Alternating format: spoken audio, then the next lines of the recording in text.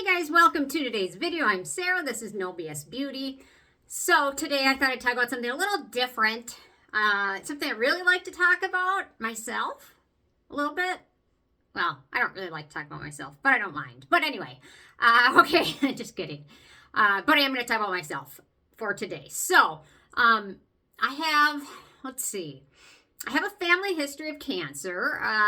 I lost a friend to cancer earlier this year. She was diagnosed with terminal metastatic breast cancer at the age of 38 years old and didn't make it. And I've lost a lot of other family from cancer, and I've got friends that have dealt with cancer.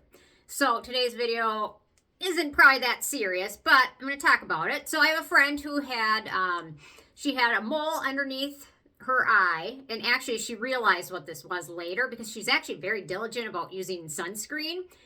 But for years, what she would do is put on sunscreen and then she would put on eye cream, not realizing when you put the eye cream on, you probably penetrate the barrier of the sunscreen and it's not as effective.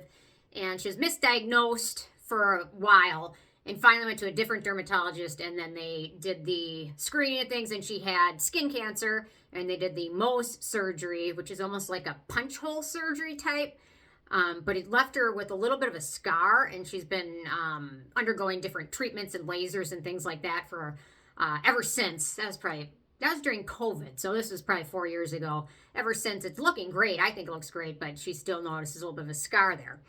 So I started to notice this mole pop up here, and I never had it started out as a freckle. I want to say maybe July. It kind of started as a freckle. I have some other freckles like on my nose. I'm not a very freckly person otherwise, but I didn't think much of it because it just started so small. However, over the last few months, it's gotten darker and darker. I have makeup on, so you can't really tell, but it's right here. I have a little bit of makeup on covering it. But if you look at any of my older videos, there's no mole going back a couple of years ago, even maybe a year ago. There was no noticeable mole there.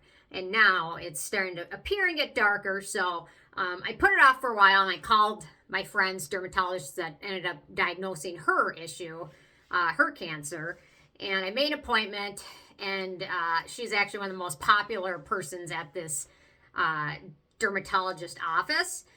And it was out into January, and looking at certain things going on, I'm like, okay, I don't really feel excited to put this off 2 months. Although in some countries, like Canada, I've heard, it can take up to a year to get into a dermatologist office. So I am lucky. I mean, 2 months in the greater scheme of things probably isn't a big deal. And when it comes to moles, typically there are certain things to watch out for when it comes to skin cancer. Typically, like the border of it is not uniform. It changes and things like that. So honestly, I don't think it's skin cancer. I really don't. But I'm going to feel better having it removed and tested because it is getting darker and darker noticeably. Even after I use peels and things like that, it gets irritated and things like that. So I don't think it's anything. But anyway, so my appointment was scheduled in January. And finally, after putting it off, for a few weeks, I finally thought, you know what, I should just get it done now, get it taken care of. And if I get taken care of this year, I've already paid my deductible, so that's awesome. So maybe I won't have to pay more when they do it in January. And maybe I won't hit my deductible next year, but who knows, whatever. That's not the hugest deal in the world, but for a lot of people it is. For me, my health insurance is expensive. It went up like $300 this year. It's not cheap. The deductible, I think, is like $5,000. I'll probably end up paying it because I have migraines and I go in for things for that. But anyway, and screening and things like that haven't been covered. I don't know why exactly. Certain pre-cancerous screenings haven't been covered, and I think they should be, but typically it just depends on how they bill them and whatever. Anyway, so I called 2 days ago and said, you know what, is there anyone that has an earlier appointment? I'll take whatever. And they said, oh, we have an appointment Thursday. So I said, okay, I will take it. I have no idea if this is a great dermatologist or not, but at this point, I figure it's better than waiting 2 months. And worst case scenario, I don't trust them. They don't do a good job, and I'll just wait and get back in January, I assume. Um, yeah, so, but typically, if you notice moles on your skin, if their color changes, that's a red flag. If their shape changes, that's another red flag. Skin cancer is a lot more common than you'd realize. I think that's what Jimmy Buffett died from, was skin cancer. And there's different types of skin cancer, obviously. Some are rather simple. A Mohs surgery in and out that same day is the most common one that they do, which is like just a punch hole of the area, take it and get a test to make sure you got all the area, and then you're done. But there's other ones that are worse, I'm assuming. So hopefully, I've read though that sometimes they can't do it the same day for certain reasons. Hopefully, when I go in today, they are able to just cut it out, test it. It comes back negative. I move on with my life. No big deal. Now, this is one thing. I wish I would have been better with my sunscreen use when I was younger, because I really wasn't that good about it. I am sensitive to smells. I hated the American sunscreen filter smell so much. It would give me migraines. So I was never a very good adopter of sunscreen usage until now, until like the last probably 15 years. Yeah, about the last 15 years, I've been much more diligent. The last 10, very diligent. But I wish more kids would take this seriously. And as a kid, you think you're invincible when you're 18, 19 years old. You're invincible. You don't need sunscreen. You look great because you're young. You have collagen. You have elastin in your skin. You're going to look great. But so if they're not looking at it as hey, I'm going to die from skin cancer, then I try and appeal to their vein side. You want to use sunscreen now. You don't want to look like a wrinkle. You don't want to get a lot of wrinkles and sun damage and hyperpigmentation.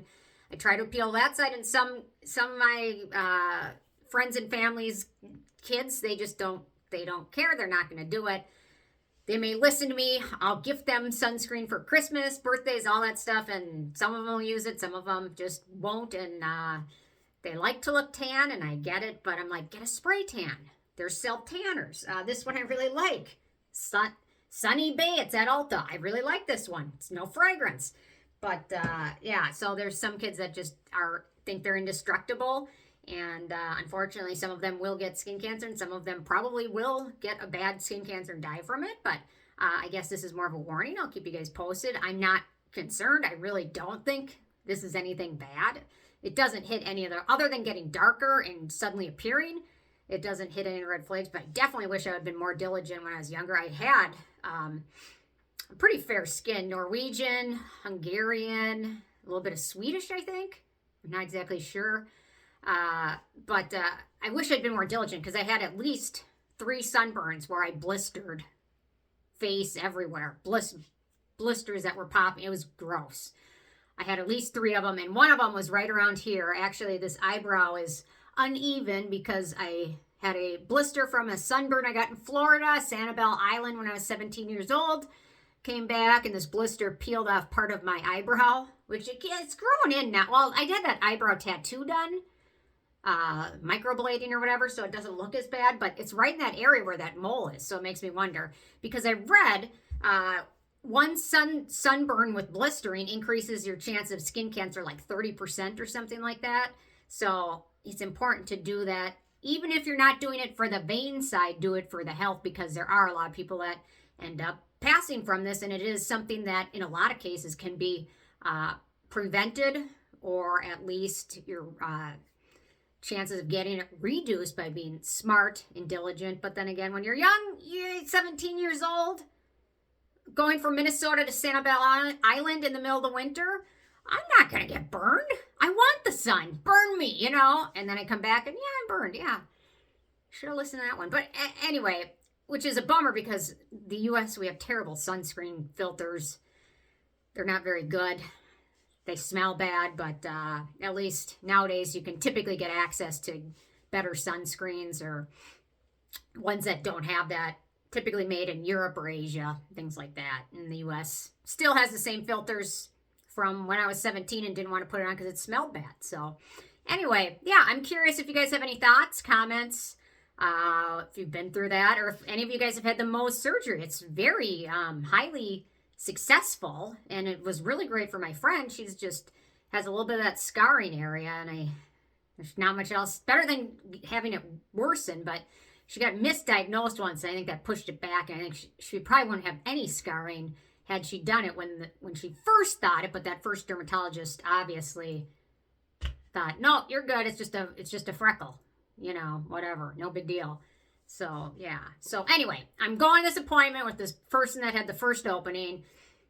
If I'm not happy with it, I will wait, and I will go back in January and see the gal she recommended. I just didn't want to wait another 2 months just in case. I just wanted, so yeah.